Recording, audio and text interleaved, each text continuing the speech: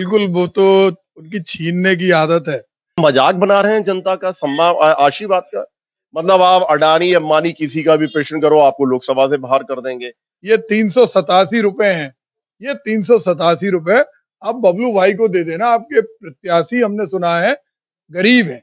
नमस्कार साथियों, आप देख रहे हैं झांसी टाइम्स और मैं हूं आपका अपना साथी हेमंत कुमार गुप्ता।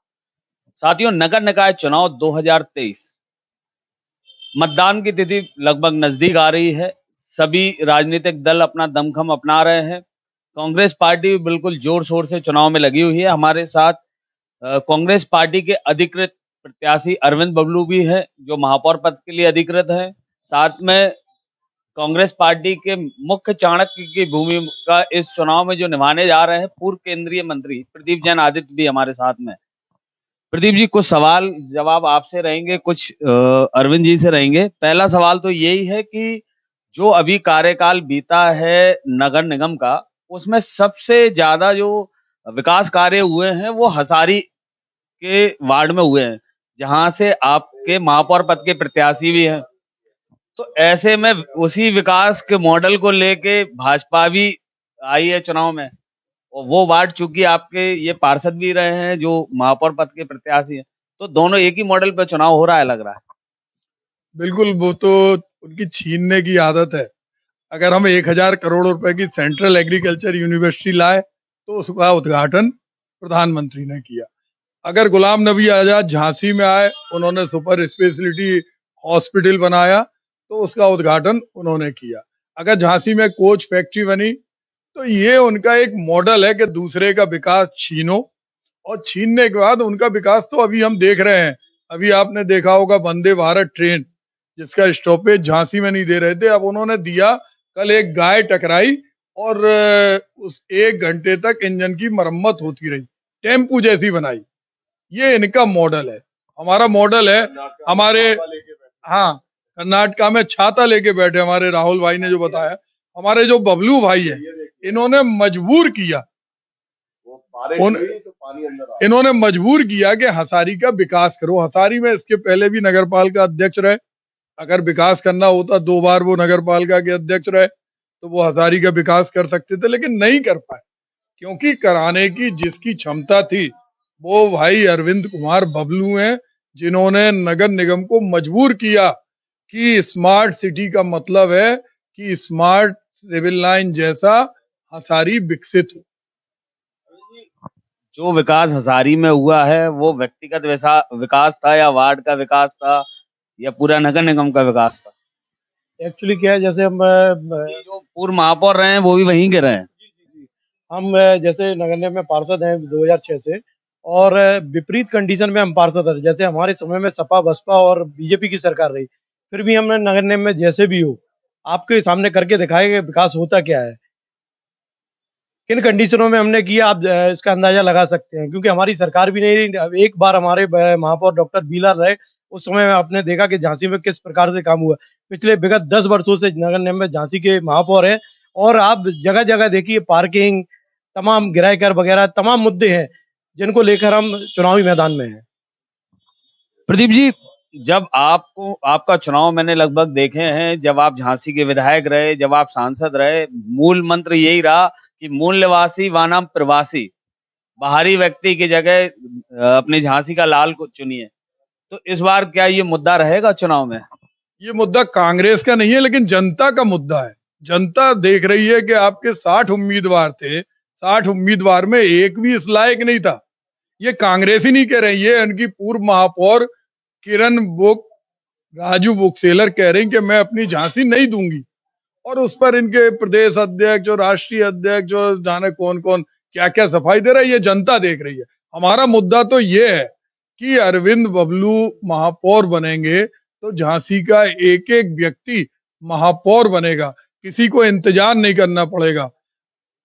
ये नगर निगम ऑफिस में बैठने की बजाय पूरे महीने भर हर वार्ड में जाकर जनता अदालत लगाएंगे, जहां पर समस्याओं का निस्तारण होगा। अधिकारी चारों तरफ बैठे होंगे और जनता को वहां पर हाउस टैक्स के लिए, वाटर टैक्स के लिए, नामांतरण के लिए, डेथ सर्टिफिकेट के लिए, अपनी गली बनवाने के लिए चक्कर नहीं काटना पड़ेंगे। नगर निगम हर दरवाजे के द्वार पे पहुंचेगी। हमारे साथ कांग्रेस के एक और कद्दावर नेता, हम कहें चाणक्य, और जुड़ गए हैं, राहुल रिछारिया जी। राहुल जी, चुनाव चल रहा है, आप पूर्व में विधानसभा प्रत्याशी भी रहे हैं। क्या लगता है कांग्रेस किस स्थिति में पहुंच रही है?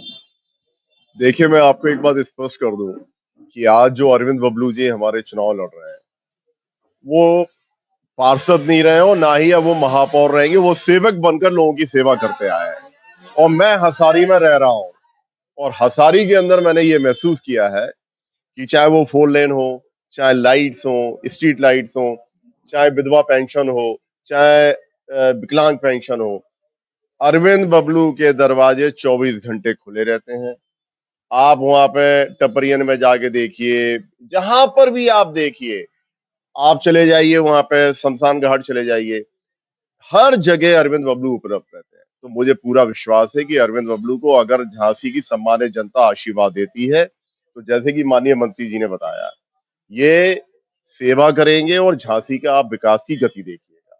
और जो मंत्री जी का कहना है कि जिस तरीके की स्थिति हो, देखिए एक बात मैं आपको स्पष्ट बता दूं, जो माहौल पूरे उत्तर प्रदेश में नहीं पूरे देश में बन चुका है, ये मजाक बना रहे हैं जनता का सम्मान आशीर्वाद का।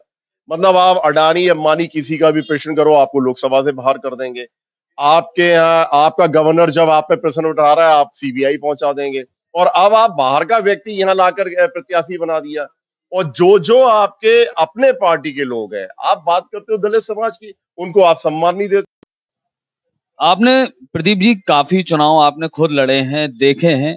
इस बार के चुनाव में जो व्यापारिक संगठनों के ठेकेदार या व्यापारियों के ठेकेदार एकदम सामने आ गए। लग ही नहीं रहा है कि झांसी की जनता चुनाव लड़ रही है, सिर्फ व्यापारी ही चुनाव लड़ रहे हैं। जो उनके ठेकेदार हैं वही पूरे चुनाव की रूपरेखा तैयार कर रहे हैं। कैसे देखते हैं आप इससे लोकतंत्र को क्या प्रभाव पड़ेगा? देखिए हेमंत भाई, आप पत्रकारों के अध्यक्ष भी हैं, और आपका जो मीडिया है, निष्पक्ष मीडिया है। चुनाव तो जनता ही लड़ रही। बबलू भाई हैं आपके, पत्रकार भाई ने कल को 1100 रुपए दे गया। उस दिन मैं रायगंज में पहुंचा, तो मुझे वहां पर मसलती राम जी हैं एक श्रीवास, और वो वहां पर प्रेस करते हैं। उन्हें लगा मेरे पट्टा था, अरे उन्होंने आवाज लगा, प्रदीप भाई हम पहुंचे। कहले भैया हमारा एक काम कर दो।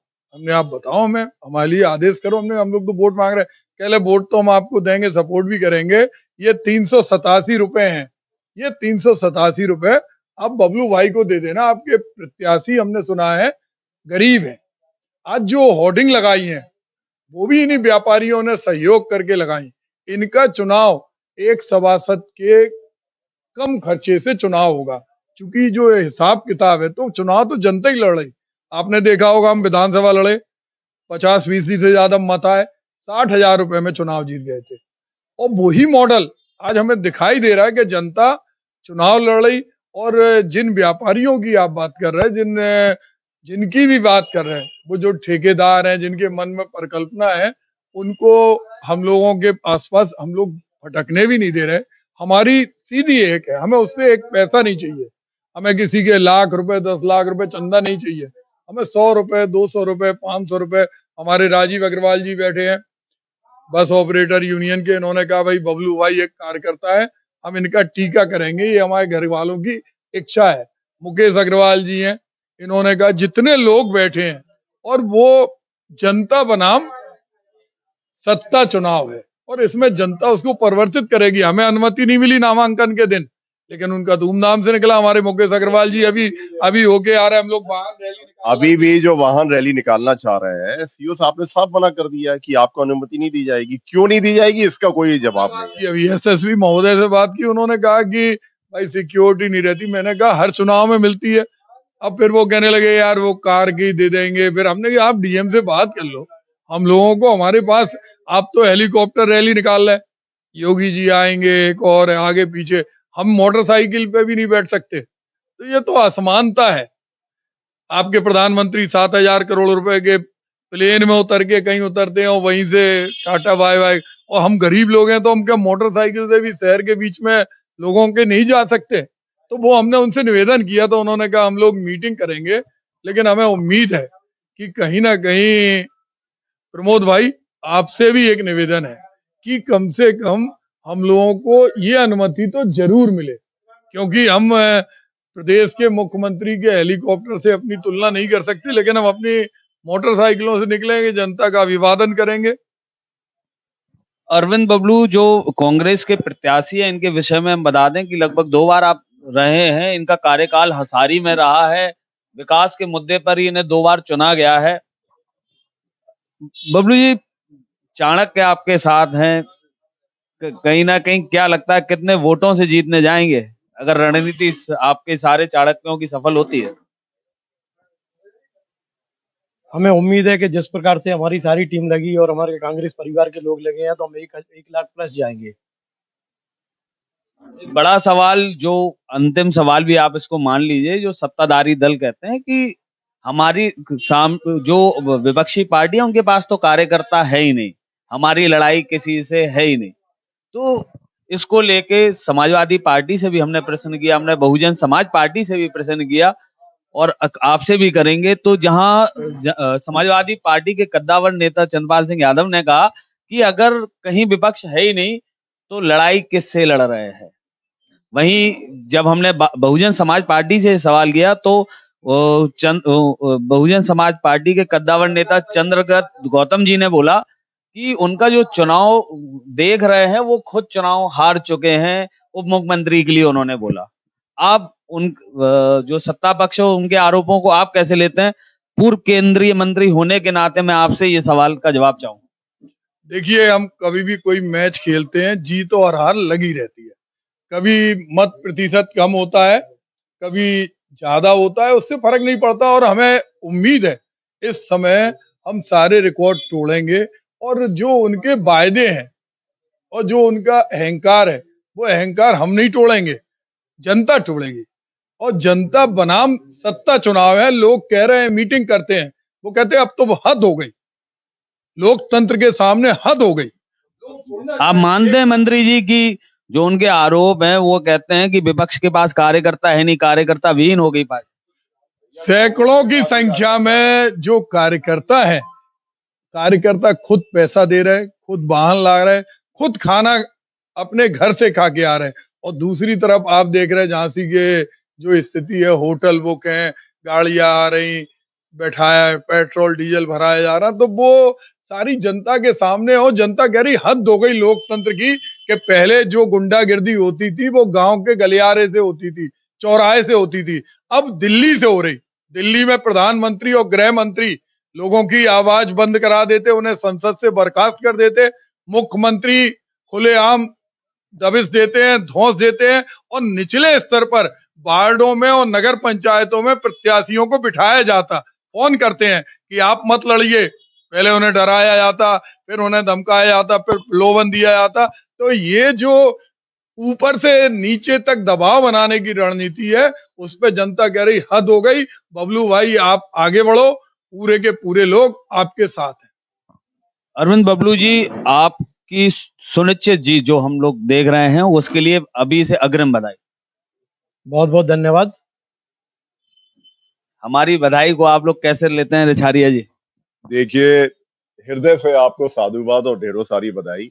एक बात जरूर मैं आपसे कहना चाहूंगा अंत में, कि कांग्रेस पार्टी, ये जो विपक्ष है और जो सत्ताधारी लोग कह रहे हैं, कांग्रेस पार्टी पिछले 32 वर्षों से इस प्रदेश में सत्ता में नहीं है, उसके बावजूद भी कार्यकर्ता हमारे पास सबसे ज्यादा है। कारण ये है कि हमारे पास जनता के जो समर्पित सेवक लोग हैं, जो जनता के सुख दुख में सम्मिलित होते हैं, वो सब हमारे साथ है। तो इन्हें क्या ये झुकाएंगे यार सत्ताधारी लोग? ये थे हमारे साथ कांग्रेस पार्टी के चाणक्य, जो अपने भरपूर जोश के साथ ये चुनाव लड़ रहे हैं, जिनका दावा है कि इस बार महापौर कांग्रेस पार्टी का ही झांसी से होगा।